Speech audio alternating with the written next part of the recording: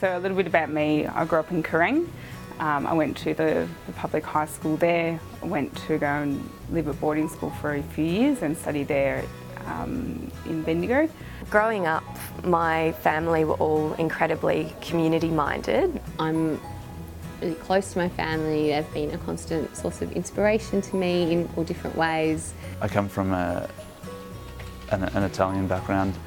My grandparents came here as migrants. My grandfather was a logistician who worked in Cambodia and Afghanistan and the Maldives, which all seemed kind of a distant, far-off idea when we were growing up in Albury. You know, I grew up with hearing stories of my grandparents having sort of halfway homes for people that had just arrived.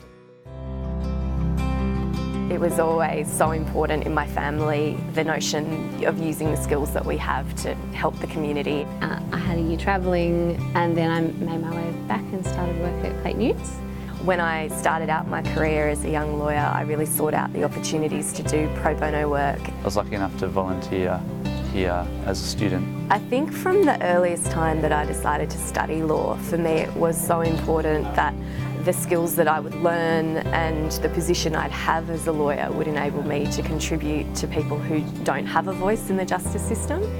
And when this opportunity arose to jump across and join the Pilch team or the Justice Connect team, that was just too good to refuse. Definitely coming on secondment to Justice Connect really lit that fire underneath me about what was possible and opened my eyes up to how I might use those skills in the future.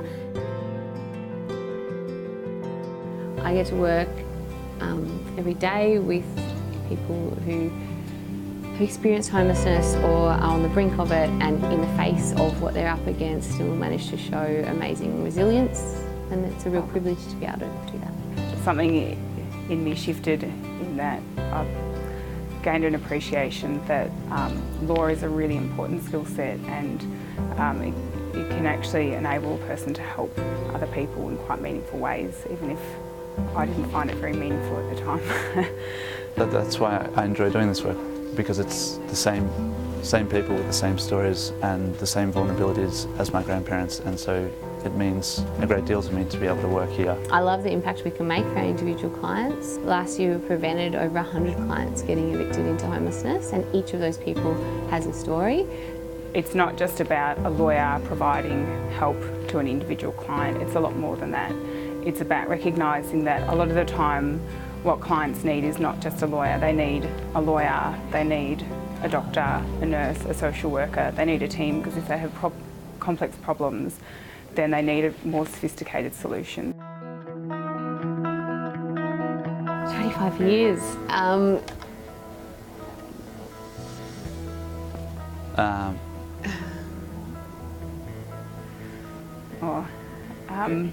My hope for Justice Connect is that our services continue to grow in their reach, and particularly for not-for-profit law, that we're able to continue to reach more of the 600,000 not-for-profits who can benefit so much from the services that we provide to them. In 25 years, we are not still running 100 matters a year where clients are getting caught up in the fines and infringement system as a direct result of their homelessness and their poverty and their hardship.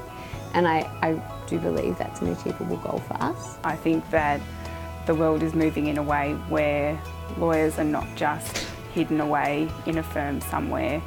They're out in the community working with clients, working with other professionals.